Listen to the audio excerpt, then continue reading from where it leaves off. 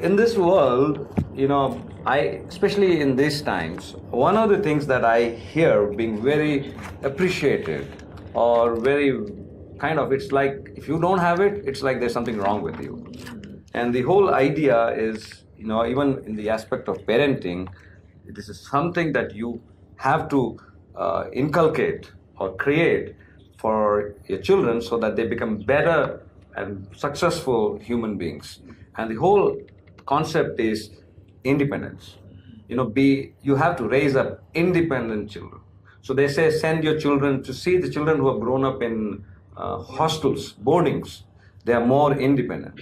They are not dependent on their parents. They are not dependent on others. They know what to do and how to do, and they end up being more successful in life. There is truth to it because, the pampering hands, the overshadowing parents, when they're not around, there is a probability that the kid falls in line and learns to take his own responsibility, and he becomes more responsible. So there is no doubt about the plus point.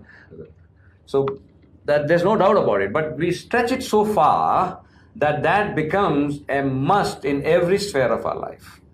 And if you are independent, if you are not independent, you look down on, and if you're independent, you are appreciated and accepted.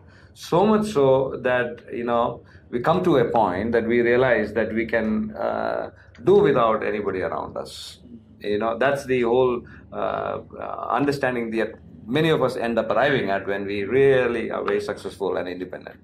And I look at the Bible and I don't see the pattern of independence. I see a pattern of interdependence.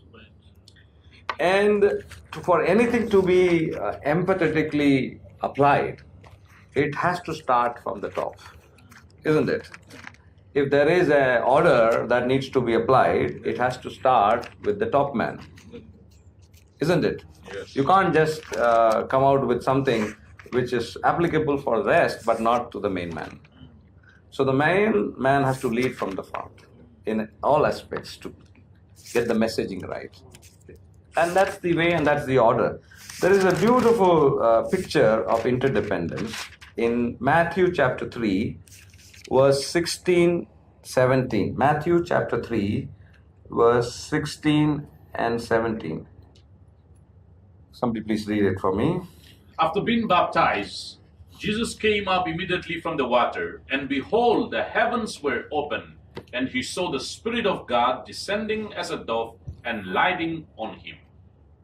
And behold, a voice out of the heavens said, "This is my beloved Son, in whom I am well pleased." Hallelujah. Do you see the Godhead in a very clear manner exhibiting their interdependence? The Son Jesus is baptized. The Holy Spirit comes upon him, evidently, and the Father proclaims his joy over what's happening there. Do you see them coexisting? Yes. Together and positioning themselves to accomplish the greatest plan of God on earth, the redemptive plan of God, isn't it? And they are at work. They are together cohesively functioning in their own respective roles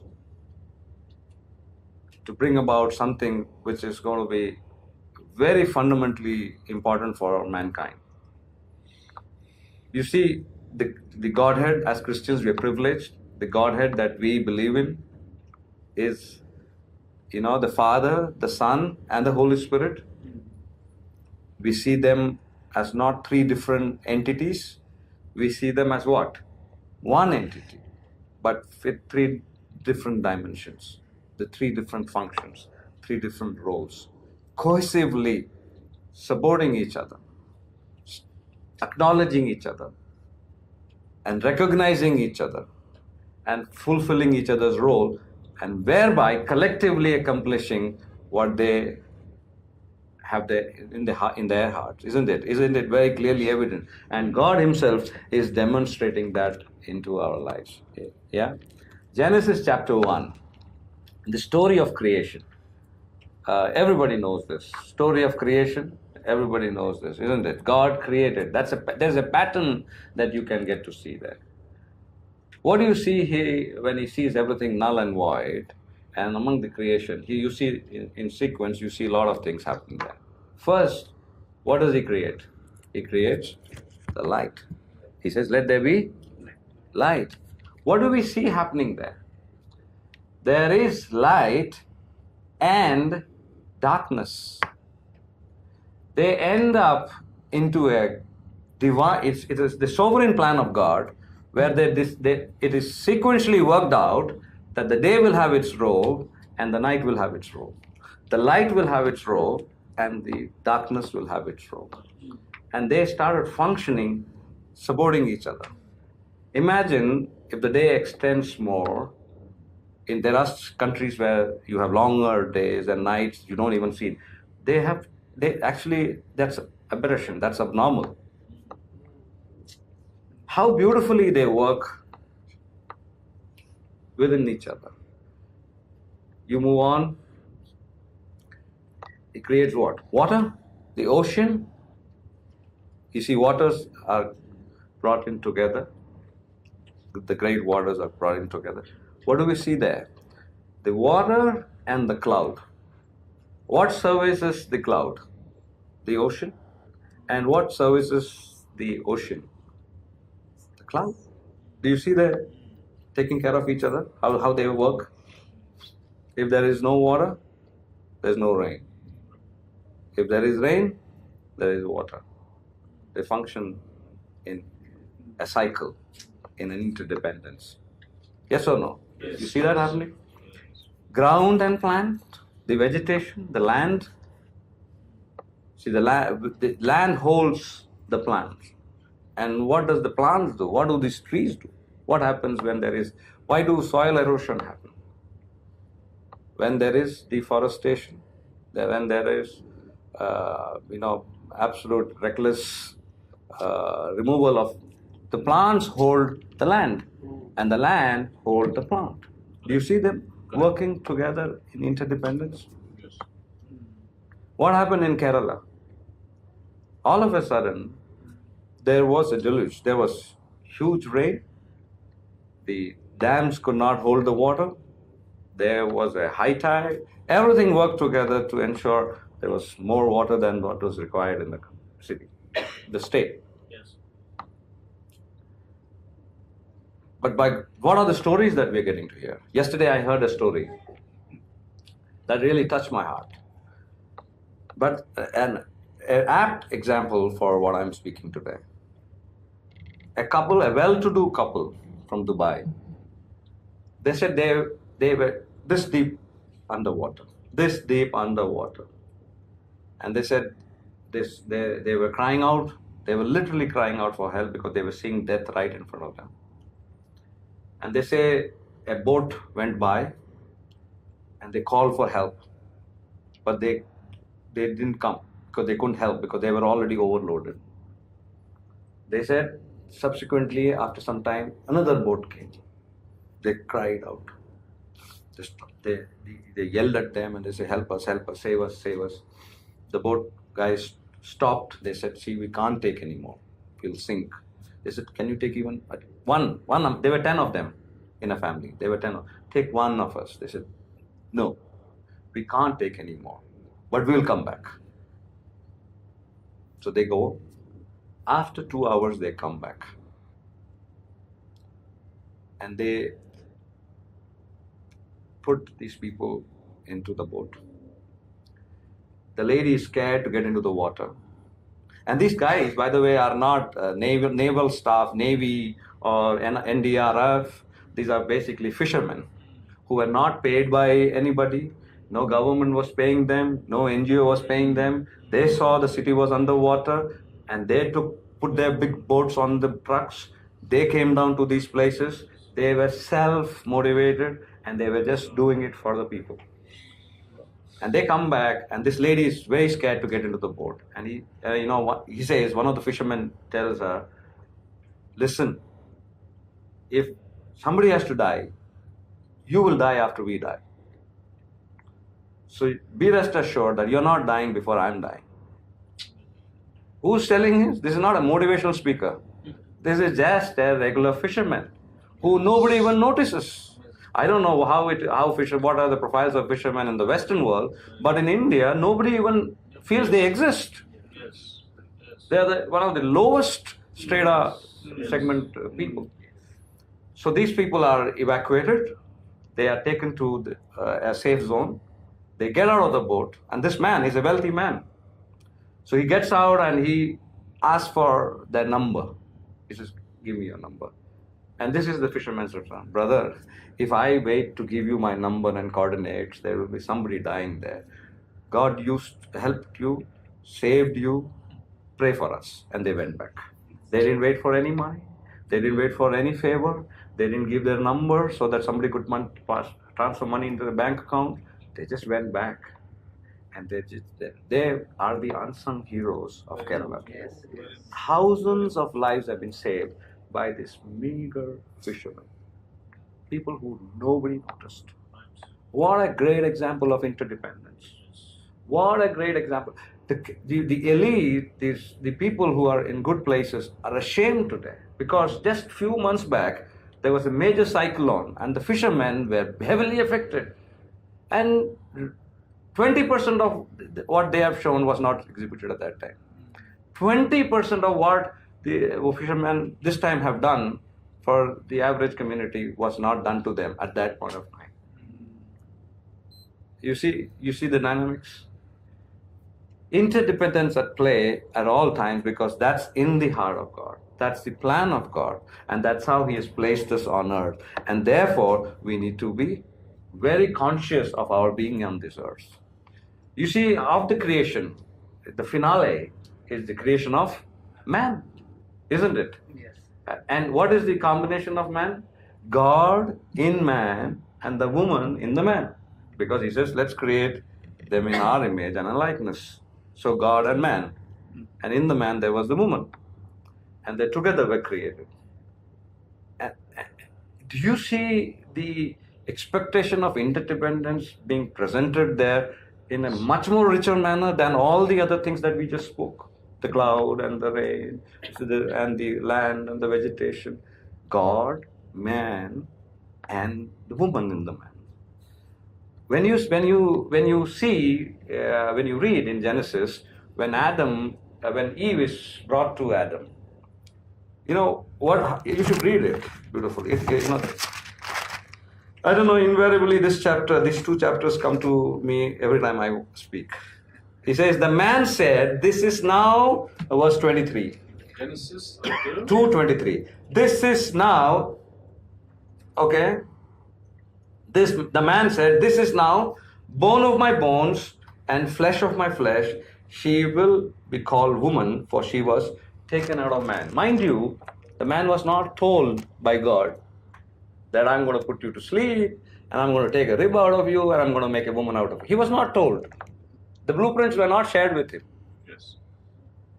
But on just looking at her, instead of finding the differences in her, how she looked different than him, he was not doing that. But he looks at her and he says, "The bone of my bones, flesh of my flesh." What is he trying to say? My kin. Are you seeing the pattern that God is setting up there? When He is positioning us as human beings on earth, He's positioning us with this absolute understanding that we are kins. We are in the community of family, of being connected to each other, to be of support to each other, to be of interdependence to each other. And nothing was going to work without having that mindset of being available for each other. Even as we talk about interdependence, it's important that we talk about dependent and independent. Okay, and I read this. This is good to remind yourself. Dependent is like a baby, so you do this. Don't put your hand in your mouth. Try this one. Do this. Everybody do this, please. This is dependent. A baby is dependent. Okay? This is independent. This is independent. I can do it. Do it. I can. And Give your hand to the one who is sitting next to you and say, this is interdependence. I need you. Interdependence. I need you. I can't do it without you. And I know you can't do it without me. Yes? Yes. So, this is the phase of life. There's nothing wrong if there's a new believer here. If baby Elliot expects us to, mom and dad or anybody in the church or elder or auntie or some granny or somebody to change his diaper, no problem. No problem. No problem. But if Joshua expects the diapers to be then there is a problem. Then there is a problem. You understand what I'm trying to say? There's no problem. Many people are wanting to be dependent all the time. Don't want to take responsibility. It's easy to hide behind something. I didn't do this. He told me to do this. Why did you not do this? Well, nobody told me to do this. Why you need somebody to tell you every time to do what you have to do? So people like to be dependent all the time. That's a dangerous thing. Especially for a church, it's dangerous. You see a sick person, come to my church. They will pray for you, you will be healed. Come to the pastor, he will pray, they will be healed. He's not taking charge. He's not recognizing what is invested in him. Yes. So he's always saying, go to him, go to her, they are better than me, they are more pious than me, they are more authentic than me, they are more religious than me, they are more positioned than me. So what happens? He's falling short of what he was created for and for what he was joined in the body of Christ. Isn't it? And independent, I don't need anybody. Why I need the pastor? Why I need the musician? Why I need the... I don't need anybody. I can do it. I can do it. Oh, I don't need somebody to teach me the Bible. I know the Bible. I don't need anybody. I can do it. I can run a solo. You can't do it. That's not what you're created for. Look at your life. All of you have mobiles in your hand. Is there anybody who doesn't have a mobile here? Everybody has a mobile. Oh, Joshua doesn't have a mobile. He broke his mobile. He's sending a signal very easy. He broke his mobile. So he doesn't have. Everybody's got a mobile. Okay? Now tell me, this mobile, do you have any idea what is inside this? Somebody like Vivek, or maybe Alex, or somebody who's electronically or technologically savvy, may say there are chips and this and that and this and that. How many of us even have an idea what is inside this? What makes it work? And now, I don't know which phone is this. This is Samsung, so it will be all Korea. But if it's an Apple or any other phone, can you imagine the number of nations involved in bringing out this phone? They say the R&D is in Jerusalem. This sourcing is happening from some other country. The production is happening in China. The marketing is happening from there. Chips are made in some other country. This is how many collaborations happen to just make one telephone? You came to this church. You used a transport medium. How did you come to church? Did you just fly and reach here? You did. You drove a car. Bunch of guys were involved in making that car. You took a taxi. Somebody else was driving that taxi. You must just think about it. Think about the number of people that are required to be around you to be who you are. Yes. Imagine. Just tell me. How on earth? Just look at yourself and say, what number of people would have been involved to just dress you up? If they were not there, you would have been like the ones in the Garden of Eden, running off leaf. How many people? The button maker is somewhere else, the thread is somewhere else, the fabric is somewhere else, knitting is happening somewhere else, weaving is happening somewhere else. Just think about it. What collaboration is required on a daily life for you to actually lead a normal life? And we end up concluding that we can do it ourselves. We can't do it ourselves. We are interdependent. We are absolutely interdependent. Okay, so I think even as we appreciate independence, we are okay to accept dependency with young kids, young spiritual children, no problem. Absolutely no problem. But no parent want a child to be dependent forever. Every parent wants the child to grow up into the fullness for which the child was created. So everybody needs to know that and there is one more term I read, codependent. That's a dangerous equation. You know what is codependent? I'll give you one example and maybe try to understand that. So, Hutovi is somebody who doesn't work, and he's always on grants. And I am like, a philanthropist. So I need a Hutovi, and a Hutovi needs me. Hutovi's need of getting something from me, I provide, and my need of fulfilling the fact that so we codependent. So my needs are fulfilled. So that's also a dangerous thing. If I don't elevate Hutovi to actually stand up on his own feet and influence him or motivate him or charge him or facilitate things for him to actually be fruitful and functional and effective, I am creating codependency for the wrong reason. Yes. Right. Are you getting what I'm trying to say? So that's also not what God is wanting. Okay, so we were created to be interdependent and not to be just dependent or independent. Okay, so remember the medicine that you eat. How many people involved? How many of you eat medicine, right? Some of you to keep your BP under control, sugar under control. If that medicine is not there, it can go haywire. Everything can become a medicine. So human beings need each other. We are actually, practically in everything. In everything. We know, we need, it comes from somebody or the other. You look at it, no person can ever know everything. No person can ever know everything. There are some smart people who think they know everything.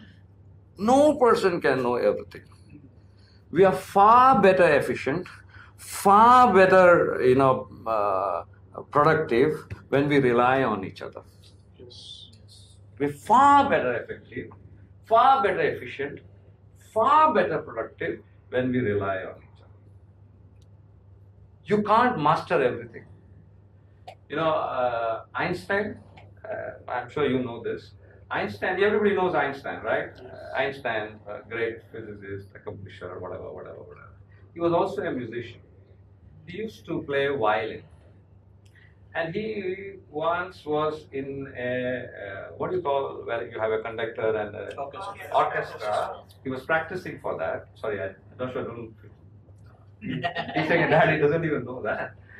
So that is called interdependence. If I need somebody to help me, somebody helps me with that. So he was trying to catch up as the practice was going on. And this conductor was patiently waiting for him to get there. And Einstein was not getting there. And not understanding Einstein's capabilities and ability, and this is recorded. He says, listen, man, can't you even count? To get the tempo? Count, this is how you get the tempo. Do it. And he's saying, can't you even count? So for Einstein to be actually told that, man, can't even count, shows that Einstein in himself can't be good at everything. Right. He needs help. Right. Are you getting what I'm trying to say? Correct. So all of us need help. For example, I'm running an office. I'm running a business. Now, well, by the virtue of me starting the business and whatever, I am there at the top. But I'm not the smartest out there. Right. I have actually, I would say, not even 30% understanding compared to the 100% of wisdom and knowledge and information that is available in my organization. Now, for technology, I need to depend on somebody like Vivek or somebody else. For my accounting, I need to depend on my chartered accountant. For my marketing, I need to depend on my marketing guy. And they also need me. So they don't. They won't need me to ensure that I do my role and ensure that the business keeps growing year after year, so that everybody gets an incremental growth and everybody can fulfill their dreams. So you see, if I think, oh, I can do without anybody, and they think, oh, he can't do without me, I think we're getting into a danger zone. Yes. Because we are interdependent, and when we come together, that is when we accomplish, what God has actually made us for. Okay. Yes. So our life depends on other people's knowledge. We trust and rely on them, isn't it? We trust and rely on them. You go to a doctor. You're sitting. You rely that she will use the drill properly. Yes or no? You just go there and you just rely on her knowledge, on the expertise that she has gained. Yes or no? It's like saying that when we rely on somebody, you're saying that I have stake in your moral standard. I have stake in your moral standard. And I rely on it. So if I go and if I am always fearful that she's just looking at one more sitting and expecting me to pay more money, it's going to trouble me a lot. I'm relying. I'm actually depending on her. And her moral standards or his moral standards, or the people across your moral standards have a serious implication on you. I remember a story where in my life I picked up a saxophone. And I first bought the saxophone, and then for my son, and then I went looking for a teacher. And there was somebody else who was actually wanting the same saxophone in my colony. It was on sale. It was a new saxophone at a very low price. Somebody was just selling it off. So he first went looking for a teacher.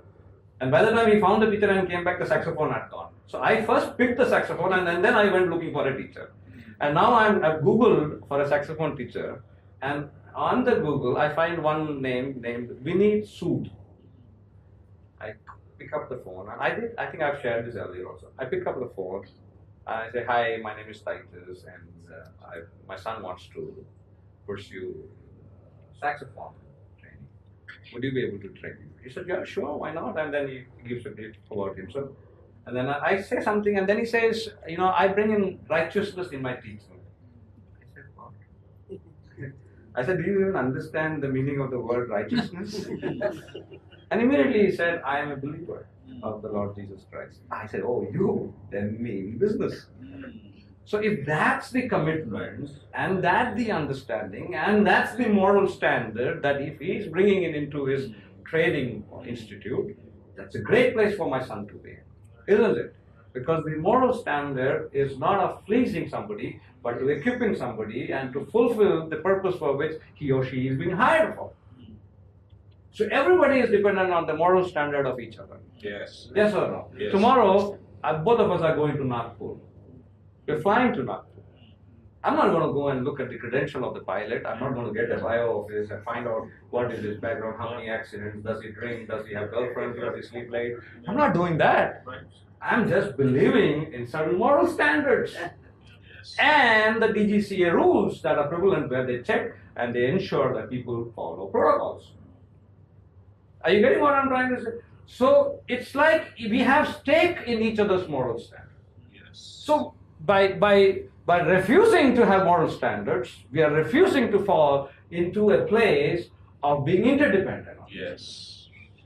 You see, you understand, it's not just about you. Yes. Yesterday, my son was reading out a news article. A lady committed suicide. And he said, how can people be so fools? And he says, because she was body shamed or something, she was not happy with her body, and she committed suicide. And she, in the suicide note, she says, I have done it for myself. And he was like, what is this? How can people do this? Now, see the gist of her entire philosophy is herself. I do this for myself. What about your mother? What about your father? What about whoever is around you, the community, the world, the society? Forget God. What are you just yourself? Are you just an individual who has nothing to do with anybody? It is a very dangerous perception that for us to have that, that's where and that's how you are or we are.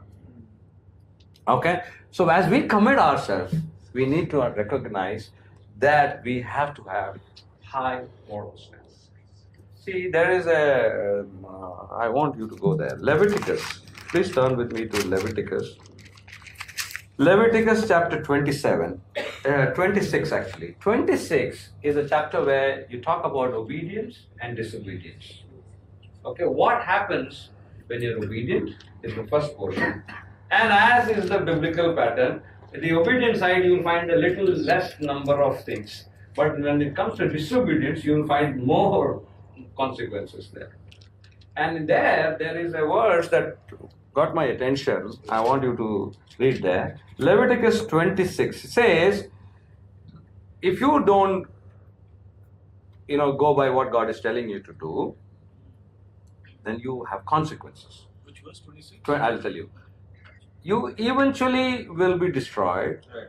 You will see death all around you, losses all around you. And supposing you survive all that, this is the background. Comes verse 36, it says, and for those of you who are left, I will make their hearts so fearful in the lands of their enemies that the sound of a wind-blown leaf will put them to flight. They will run as though fleeing from the sword, and they will fail, even though no one is pursuing them. Verse 37 says, they will stumble over one another as though fleeing from the sword, even though no one is pursuing them. In a Hebrew interpretation for verse 37, this is how it says. It says, the word stumble is explained like this. It says, one will fall on account of the other. It's not just that you will stumble over it. You will fall on account of the other. I was talking about moral standards. Because of the moral depletion of standard, there can be loss. On the road you drive a car, because of somebody else's foolish driving, what kind of losses can happen to other people who are driving right in the right path? You're doing the right thing. You're at the right pace. You're not overspeeding. You are in your lane. But there's somebody who's he's drunk, he's absolutely rash, and he's ending up doing stupid things, and that causes multiple losses to life, to assets, property, everything, isn't it? Isn't it happening? So on account of each other, one, the other will fall. Now you see the responsibility that we have. We have a family of 5. If I am irresponsible, I have given them everything, a good house to stay in, a good place to study in, a good clothes, but I'm irresponsible. I, on the side, have a girlfriend. Is it just about me? How many people are going to get affected? How many people are going to get affected? Forget, say, my son, says, I'm into you. What's the big deal? And he starts, or she starts, doing something contrary to what they should be doing, in line with the family good, or the community good, or the social good. Is it just they who are going to be affected? Will I not be affected? Will, say, if it is Joshua, will Rachel not be affected? Will Mervyn not be affected? If Mervyn is going to LA and if he's going to not lead an appropriate life there, will his younger brother not be affected? Will his mother not be affected? Will his church member, pastor not be affected? Everybody will be affected. Everybody will be affected because we are interdependent. In your well-being is my well-being. Yes. If you fail, I fail. Do you understand what I'm trying to say? We have to understand that when I walk in doing my role appropriately, I will automatically be helping others walk in that fullness that they should be walking. So that helps us being more responsible in our life, in our transactions, in our engagements. Individual falling causes collective falling, and collective falling causes individual falling. If a bunch of guys we are in a community, a place where there's so much, supposing there's so much of hatred or so much of corruption, the whole place is fully corrupt. I can guarantee you it's not too far that you will also be corrupt. So therefore, it's important that you work towards transformation. You stay in the same place, everybody is bickering and fighting, so for your parking every day is fighting. You see, slowly your tone of talking also will change. Yes. First day you will go next day you will go You understand what I'm trying to say? So what? It affects you. Yes. It affects you. So that's why you have to work to change the world, to transform the world. And that's the job that has been entrusted to us. Yes.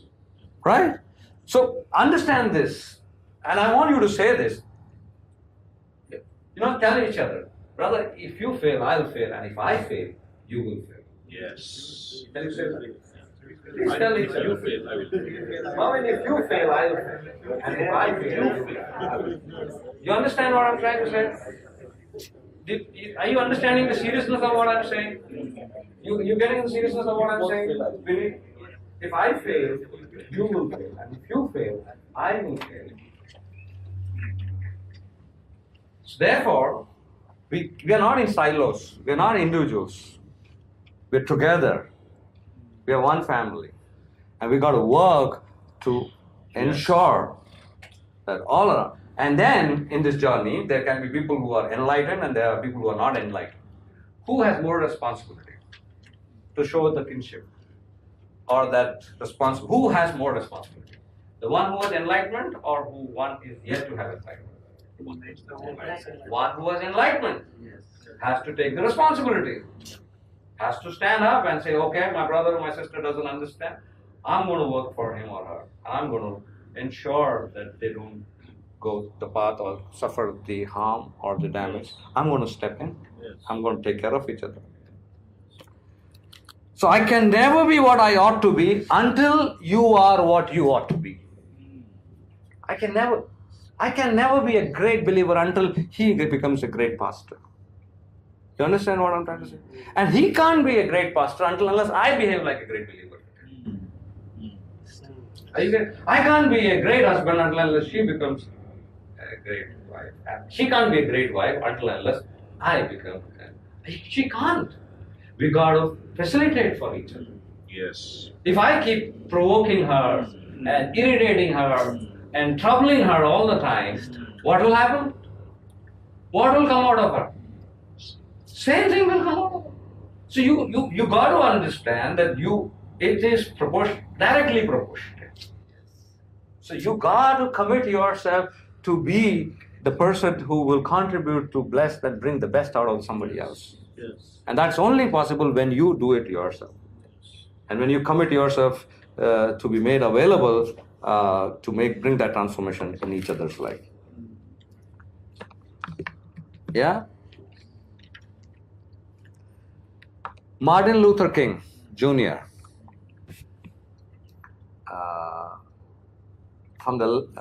I think he was in a jail, Birmingham jail.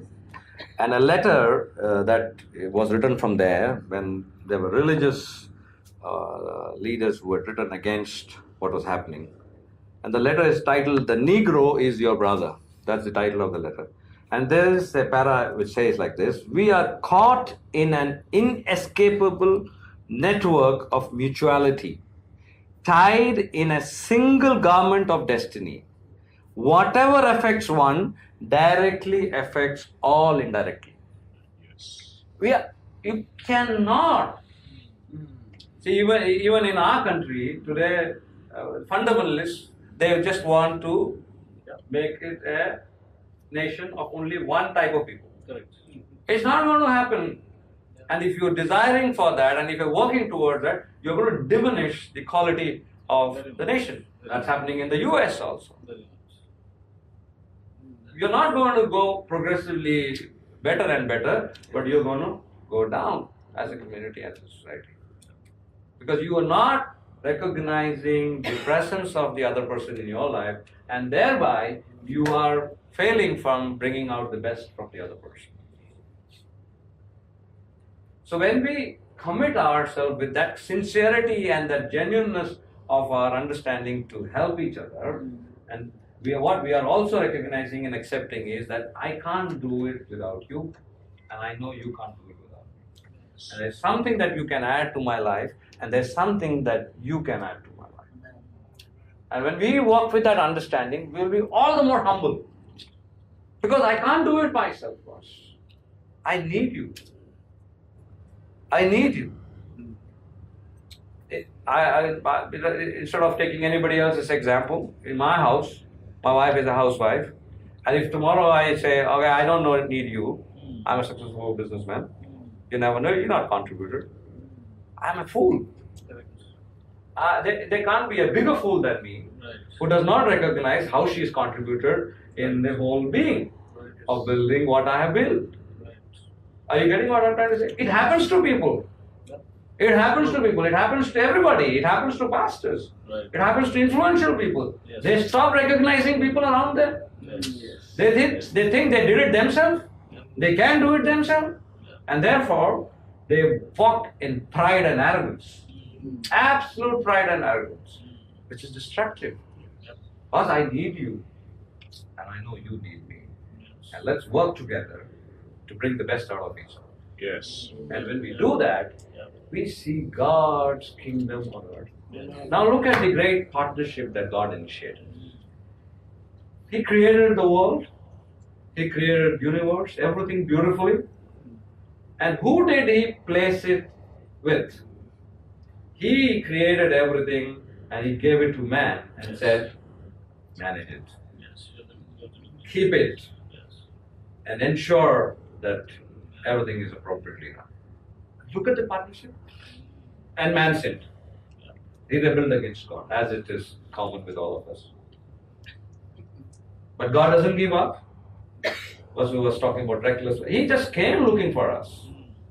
He went against all odds. Yes. Even exposed Himself to be misunderstood in many sense, to reconcile with us. He redeemed us and brought us back.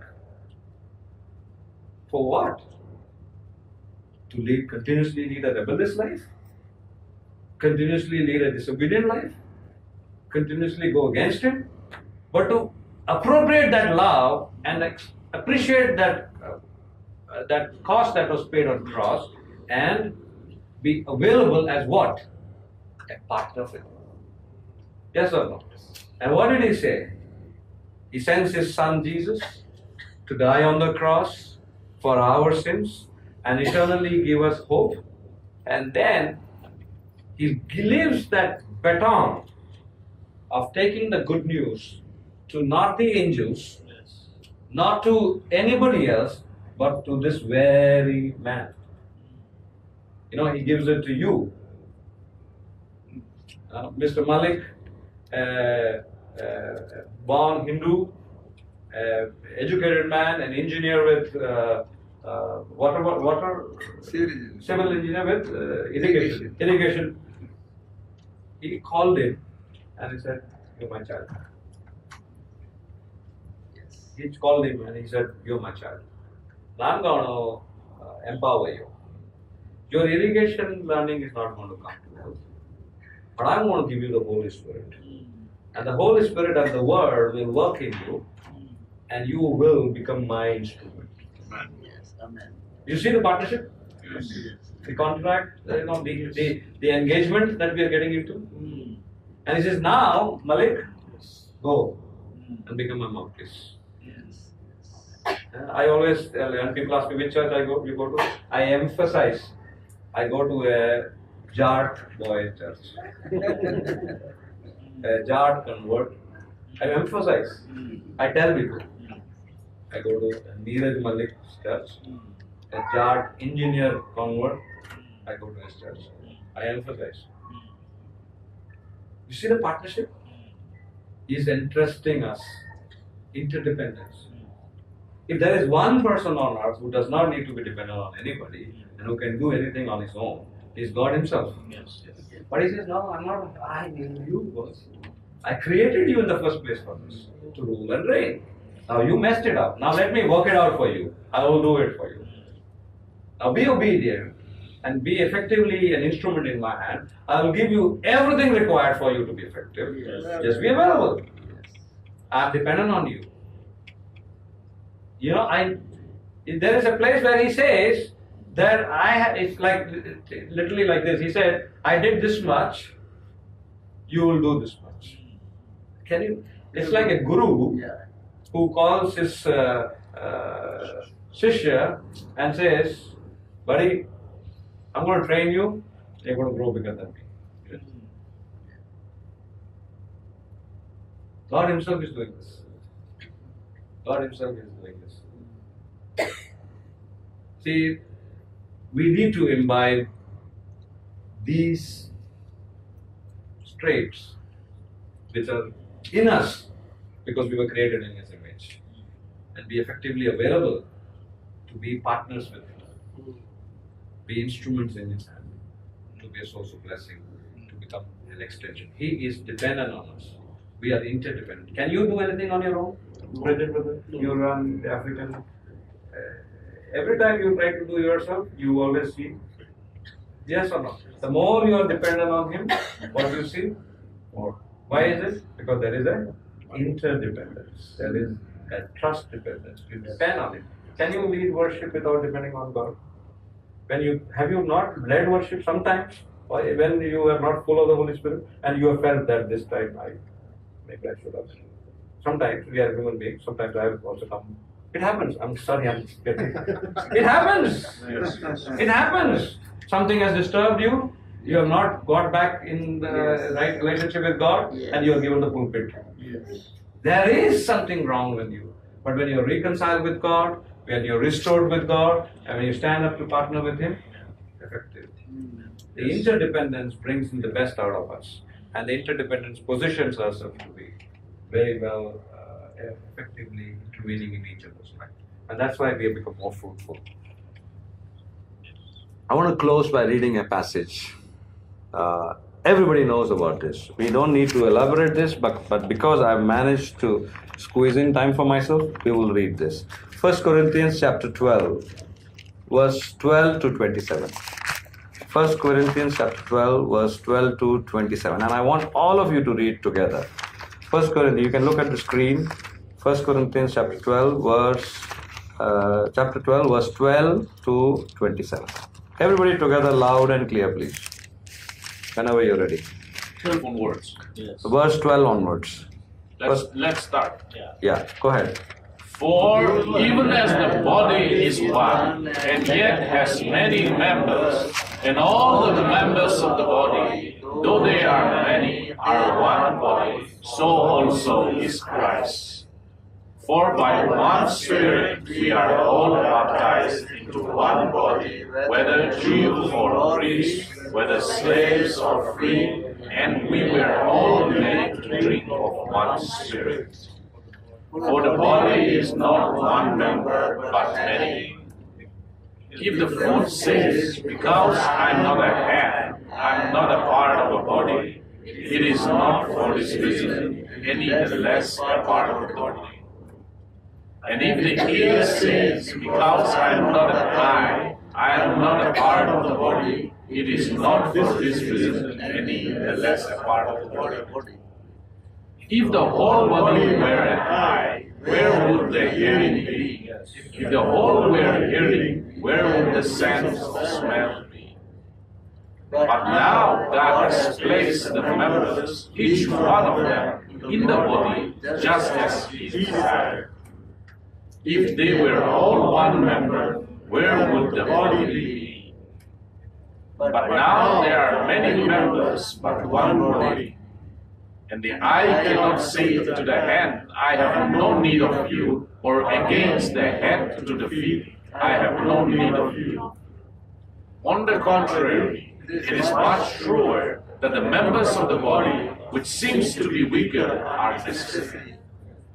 And those members of the body, which we deem less honorable, on these we bestow more abundant honor, and our less presentable members become much more presentable. Whereas our more presentable members have no need of it. But God has so composed the body, giving more abundant honor to the member which lacks, so that there may be no division in the body, but that the members may have the same care for one another. And if one member suffers, all the members suffer with it. If one member is honored, all the members rejoice with it. Now you are Christ's body, and individually members of it. Hallelujah. I think if I would have read this right in the beginning, I would not have had to preach. It is self-explanatory. No part exists for its own glory. And no part is lesser than any part. Yes. If one part bleeds, the other part feels the pain. You understand? In one part's glory, the other part rejoices. Do you see? This is the Bible, and he's put a picture for us. We are the body of Christ. How much do we need each other? You know, we know people who have pancreatic cancer, pancreatic cancer. Seemingly, somebody, you may think it's, maybe not as important as the heart, or the kidney, or the lungs, but that's enough for the whole body to go down. And when one part of the body becomes weak, isn't it natural that the rest of the part of the body starts working more to cover up the other part's weakness? Yes. Haven't you seen that? Yes, please. If you have an injury on your left hand, you will see your right hand is stronger. Why? Because the right hand does the job of the left hand. Haven't you seen that? Yes. Haven't you seen that? Nobody had to tell. It's like the fishermen, Nobody had to tell them. Automatically they start doing their own. My dear brothers and sisters, this is my intent this morning, that all of you commit yourself into the hands of God to recognize your interdependence. Yes. And God, in His divine sovereign plan, has orchestrated everything beautifully for us. He has given us structures, He has given us the Holy Spirit, He has given us authorities, He has given us the Word, He has given us each other to bring out the best in each other. Amen. Do not refuse to recognize each other's existence. Do not refuse to extend your hand to help each other. By doing so, you will be doing something contrary to what God created you and redeem you and reposition you. And I'm sure you see that story of Jesus leaving, the good shepherd leaving the 99 and going after the 9, or after the 1. If you are the 1, you may say, wow, praise the Lord. And if you are the 99, you can actually find reason to complain. You will complain because somewhere you have positioned yourself thinking that some point of the time you will be that one sheep needing your master's attention. You will always be not in that fold of 99. There will be times in your life when you will be struggling and you will be the lost sheep, who will be needing the love of the Father, coming and seeking after Him. So when you know that, you will commit yourself to be patient, to work with each other, and follow godly principles to ensure that you take calls in life, commit yourself for things which will be in the interest of building each other and everybody. We are not in a selfish world where it's all about us. If you think like me, I'm good with you. That's not the way. We got to think about each other, consider about each other, see each other's need, see each other's concern, and position ourselves and see to it that ultimately every decision that we take, every choice that we make is in line with glorifying God and communicating one message of you being dependent on each other. See, when you grow up, when you especially have teenage children who are reaching a phase where they think they're cracking things, one of the immediate things that you hear from them is, I know. So the last time Rachel was to go to Germany or somewhere, I said, I'm not going to help you with your visa application next time.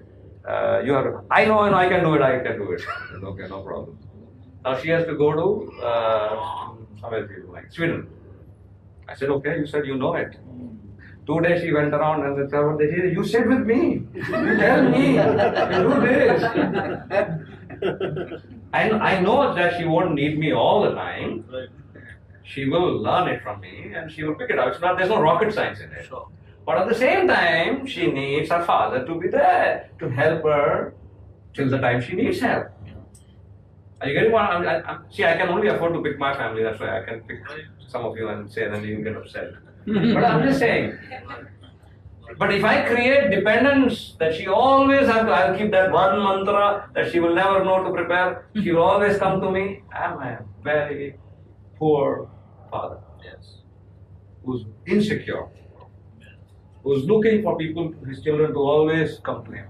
No. I want to empower her, I want to educate her, I want to inform her, I have to give her all information required that she should, but she should not come to a point where she says, I don't need my dad anymore. I can do it. Are you getting what I'm trying to say? It's possible.